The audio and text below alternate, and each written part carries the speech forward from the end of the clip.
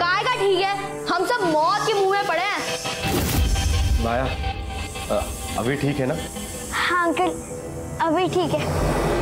वो हम सबको बचा लेगा। वो मरेगा और तुम सब भी मरोगे। तो छोटी मिस रूप की रानी, अब खत्म होगी तेरी कहानी। वैसे छोटी रूप की रानी के लिए मैं इतना बड़ा मेकअप बॉक्स ले आओ? मरने से पहले अपनी मेकअप की सारी इच्छा पूरी कर लो। मुझे लगा ही था कि गुरुकाल की कोई चाल होगी। ये कंफर्म हो ही गया। आखिर उसकी चमची जो यहाँ खड़ी है, ये कहानी तो मैं तेरी खत्म करूंगी। अच्छा,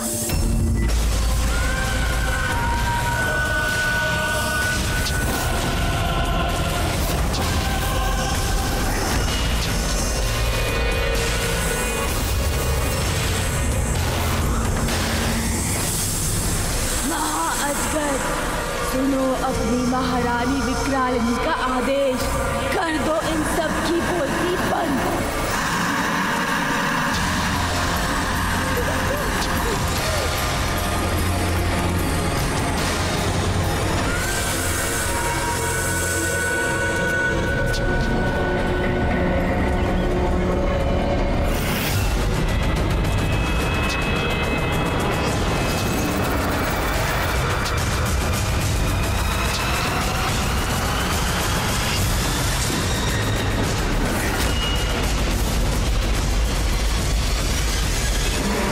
छेद वाला शालिग्राम पत्थर कहीं मिल भी नहीं रहा है और टाइम भी बहुत कम बचे।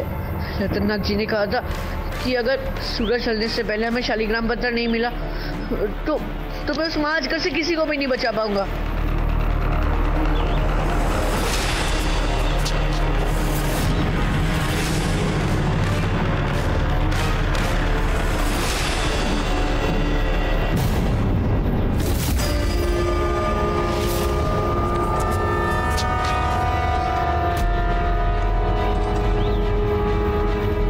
शालिग्राम पत्थर तो मिल गया, लेकिन सूरज डूबने वाला है। अब मुझे जल्दी यहाँ से भागना होगा, क्योंकि सूरज डूबने से पहले मुझे कुछ भी करके उस सफेदी नागनाथ तक पहुँचना है।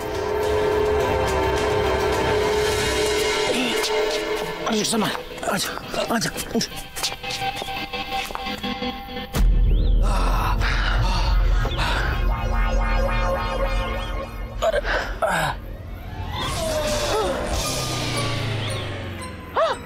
राजमाता तो कह रही थी इसमें कचरा भरा है, फिर अंदर से थोक कौन रहा है? अरे खोलो! अरे खोलो मियां! अरे खोलो! अरे हमें डुग्गू भोपाली! कहीं वो बड़ा सा सांप अंदर तो कैद नहीं है? खोलो! बक्सा खोलते हुए निकल गया तो? चुप! इतनी से बॉक्स में उतना बड़ा सांप कैसे आएगा? खोल जल्दी। खोलते हैं। मैं कहाँ भाग रही हूँ? मैं हूँ डुग्गू भोपाली। अबे सुनाई नहीं दे रही है क्या? कब से डब्बा बजा रही हूँ? मुझको लगा अंदर सामान बज रहा है। बजाऊं क्या कान के नीचे? सामान बज रहा है। पहले ये बताओ मुझे लाए क्यों? राजमाता ने कहा हवेली का सारा कचरा बाहर फेंक दो। क्या कचरा लग रहा है तुमको? हुजूर हम लोग को पता नहीं था। हुजूर पहले आप ये बताइए, आप बॉक्स के अंदर छुपे क्यों थे? गुड क्वेश्चन, समझदार लग रही है ये।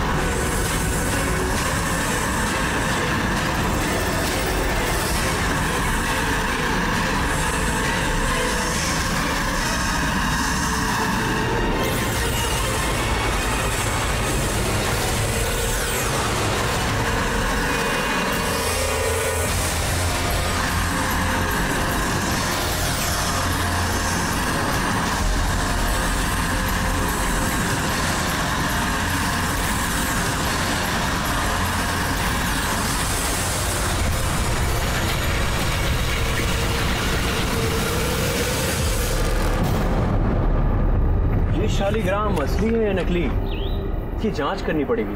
यही असली शालिग्राम है, क्योंकि मैंने इसके छेद से उस महाअजगर की मालकिन को देखा था। वो नाग कन्या या फिर नागिन रानी जैसी लग रही थी। उसकी आंखें बहुत डरावनी भी थी। क्या तुमने महाअजगर की मालकिन को देखा?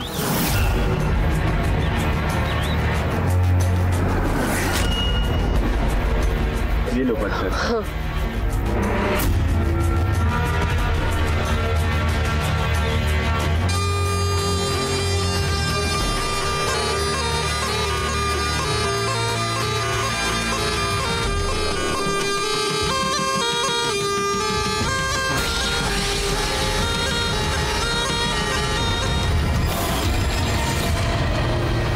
अब बेटा इस शालिग्राम को अपने आंख में लगाओ और जो रत्ननाग से पूछना है पूछ लो।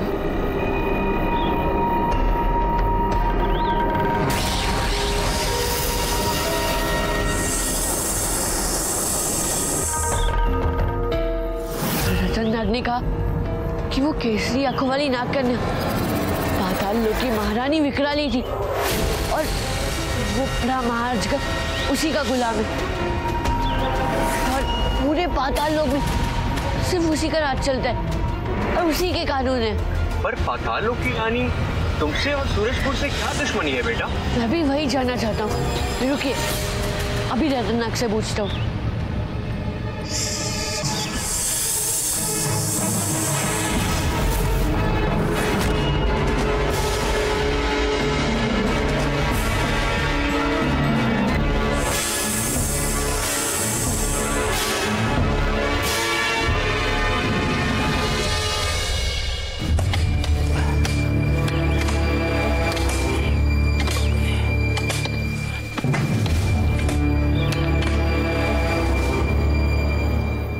सेनापति जी, नींव के गड्ढे में एक सांप का बिल भी है।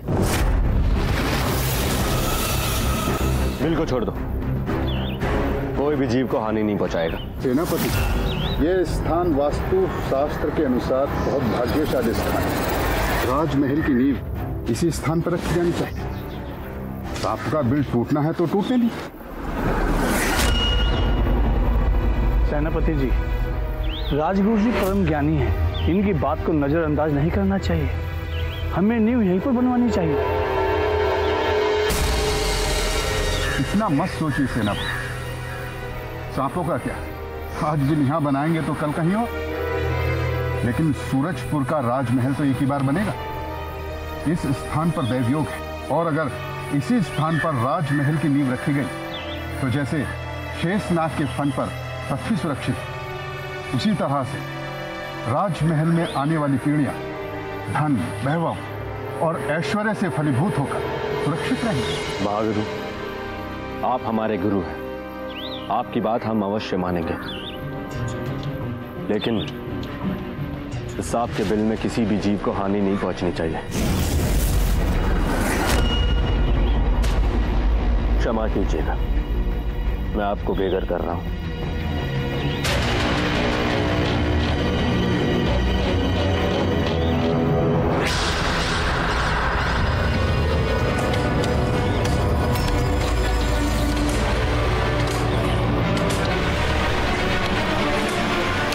रुद्र प्रताप सिंह,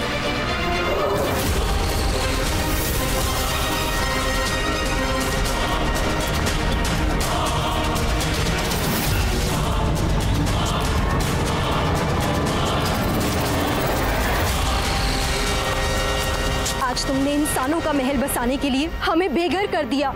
एक दिन ऐसा आएगा कि हमारे वंशज इस महल में रहने वाले सबका सर्वनाश कर देंगे। ना ये महल बचेगा और ना ही इसमें रहने वाले वंशज। जिस रुद्र की शक्ति से तुम खुद को बहुत शक्तिशाली समझते हो, तुम्हारे खानदान में इस रुद्र का एक टुकड़ा भी किसी को नहीं मिलेगा। विनाश होगा, सर्वनाश होगा, सबका सर्वनाश।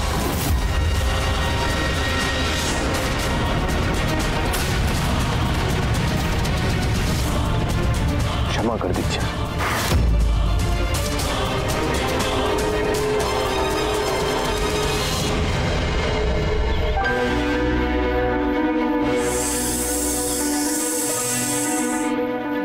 मतलब कि वो नाग और नागिन का जोड़ा असल में पाताल लोक की महारानी विकरालिनी के दादा दादी थे और उसकी बहन शुकालिनी वही नागिन है जो गुरुकाल के साथ मिलकर दिन रात सूरजपुर को बर्बाद करने में लगी रहती है। वो अब समझा कि वो इसीलिए नागिन गुरुकाल के साथ रहती है। सूरजपुर और हमारे परिवार की विकरालिनी के साथ बहुत पुरानी दुश्मनी है। बेटा ये तो बहुत बुरी खबर है, क्योंकि नाग अपना बदला लिए बिना कभी नहीं छोड़ता। अब मुझे लगता है कि ये दुश्मनी तुम्हारे खानदान के अंत के बाद ही खत्म हो। नहीं, इस खानदानी दुश्मनी को रोकने का कोई ना कोई तरीका तो होगा। खतरनाक जी, मुझे प्लीज पाताल लोक जाने का रास्ता बताइए।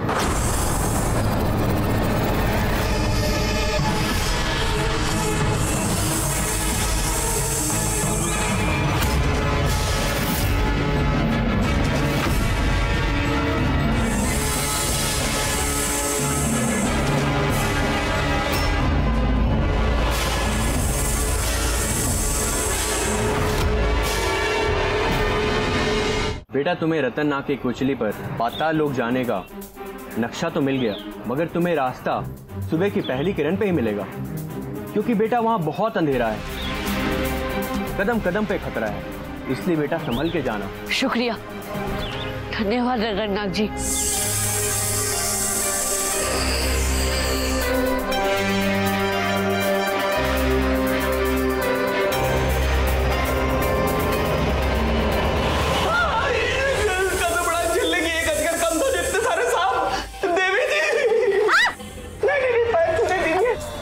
दर्शन हो गए देवी जी, इतनी संस्कारी सुशील गुणी आप दिख रही हैं। देखिए देखिए, थूक दीजिए, थूक दीजिए। क्या बकवास कर रहा है ये? अरे नहीं, बकवास नहीं कर रहा हूँ, मैं तो कर रहा हूँ कि गुस्सा थूक दीजिए। देखिए जीजा जी और बच्चों को लेकर जो गुस्सा उसे थूक दीजिए प्लीज, और हमको और सभी बच्चों को सूरजपुर वापस भेज दीजिए प्लीज। गिड़गिड़ाओ और गिड़गिड़ाओ, मुझे अच्छा लग रहा है।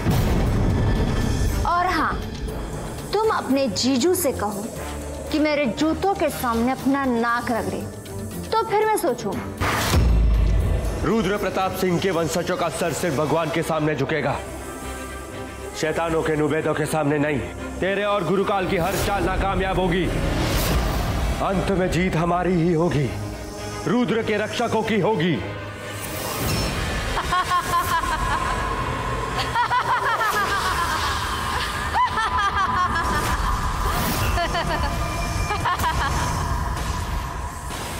रुद्र के रक्षक को मरना होगा, रुद्र प्रताप सिंह के हर वंशज का अंत होगा। हाँ दीदी, बिल्कुल सही कहा। अब रुद्र के रक्षक और उनके वंशजों को मरना होगा, तभी हमारा बदला पूरा होगा। विकरालिनी, मैं जानता हूँ तुम बीती बातों को पकड़ के बैठी हो, पर तुम अपने इरादों में कभी कामयाब नहीं होगी, कभी नहीं। अच्छा, कौन रोकेगा हमें? हाँ, तुम्हारा बेटा?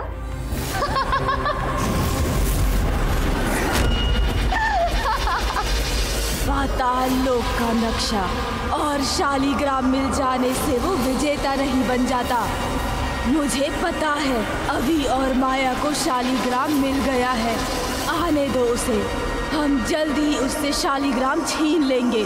बिना शालिग्राम के वो मुझे नहीं देख पाएगा। और ये बता, बिना शत्रु को देखे वो कैसे जीतेगा? अभी हार जाएगा वो, और पूरे सूरजपुर का अंत होगा। और फिर आने दो उसे, हम जल्दी उससे शालिग्राम छीन लेंगे। गुरुकाल की इच्छा पूरी हो जाएगी, हम बहनों का सपना पूरा हो जाएगा, हम रुद्र पर राज करेंगे, राज।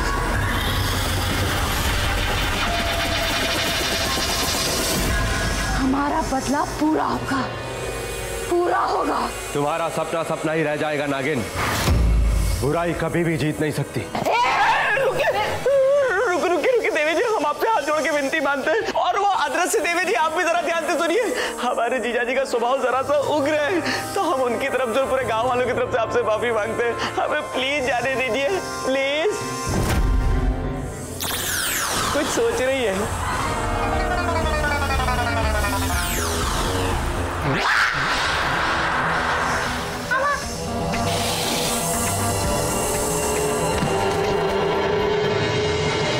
आदित्य और बच्चे अब तक नहीं लौटे और अब तो डुग्गू भी कहीं दिखाई नहीं दे रहा है।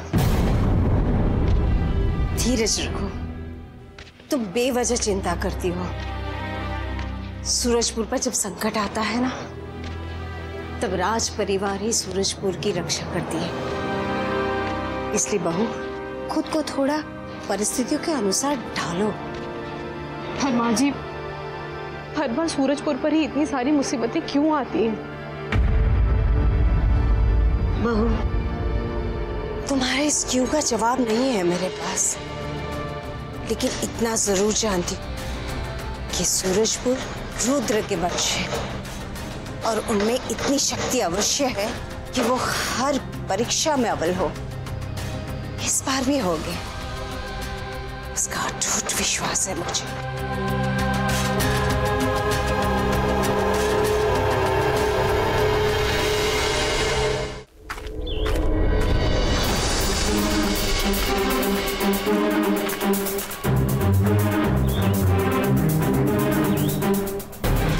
बेटा, तुम्हें रतन नाग की कुचली पर पाताल लोक जाने का नक्शा तो मिल गया, मगर तुम्हें रास्ता सुबह की पहली किरण पे ही मिलेगा, क्योंकि बेटा वहां बहुत अंधेरा है। समय बहुत कम है और उस महाजगढ़ तक भी पहुंचना है।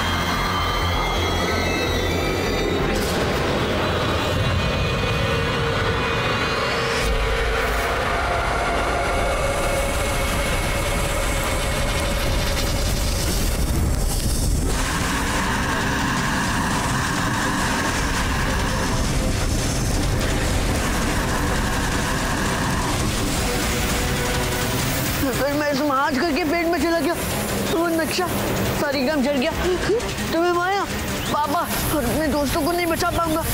सोच अभी कुछ सोच।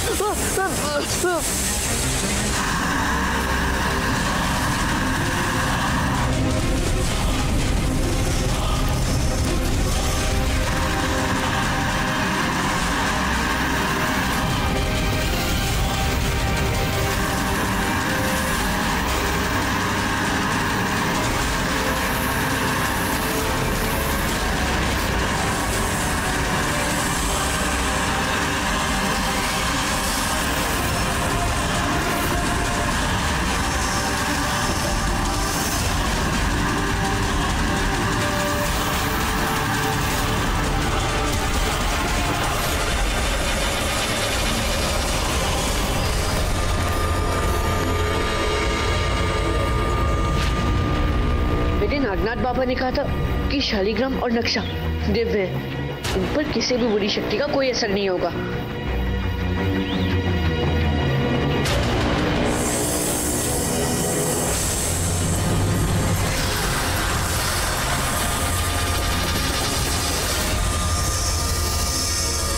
रुको, बताओ कहाँ है मेरे बाबा, कहाँ है मोया और मेरे दोस्त?